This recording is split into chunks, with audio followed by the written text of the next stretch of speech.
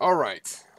The subject tonight is materialism and skepticism. I mean, relativism. That's right.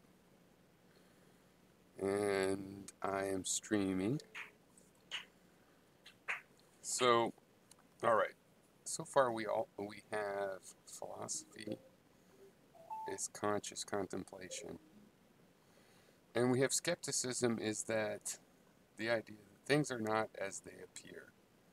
Right. This creates this idea of relative certainty because what you do is you analyze the way things appear consciously, philosophy. You get things that appear more true, right, and other things than, the whole idea of things aren't what they appear is that you look into them and it appears there's more to it, and another appearance comes along that seems better. And so you have relative certainty, that one thing seems more certain than another. The other thing seemed certain for a while that you thought about it, and then it seemed like that's not as it appeared. This other thing, this other appearance, is how it appears. But you know that in principle, and in skepticism at least, that this new appearance also will have a similar problem, but it's better than the old appearance. And so you can get better and better appearances. And the idea of relative certainty is that one of them is relatively better than another. You don't get absolute certainty because you have reason to suspect the current appearance. You get a relative certainty.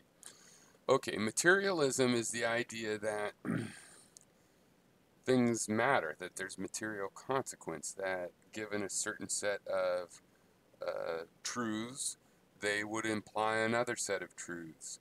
It's basically the idea of logic itself, that things matter, that this information can add up to other information, that things are related one to the other, that if there's a footprint and a murder weapon, this is material evidence about the murder, right? So just that things matter, that certain things imply other things, that's materialism.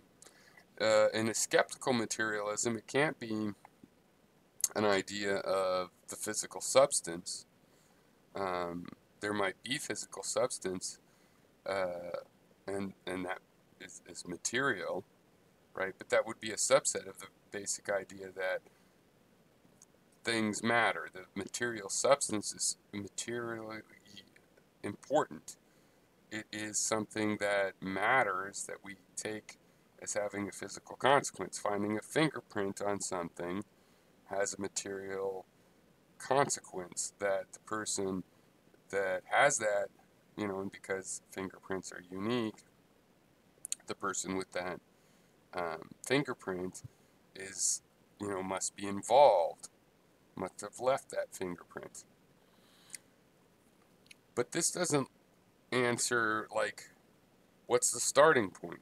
What are the facts? Like a fingerprint. We're starting from a fingerprint. Uh, what kind of a fact is that? Is it a property of a thing?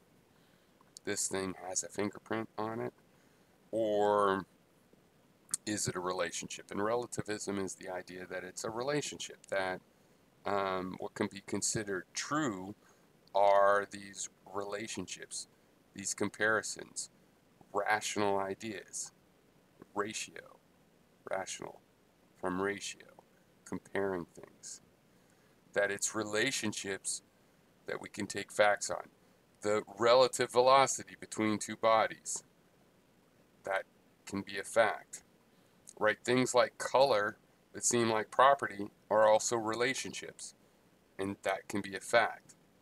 That the photon was at the wavelength that we interpret as red when we saw it is a fact. It has material consequences, and it comes from a relationship.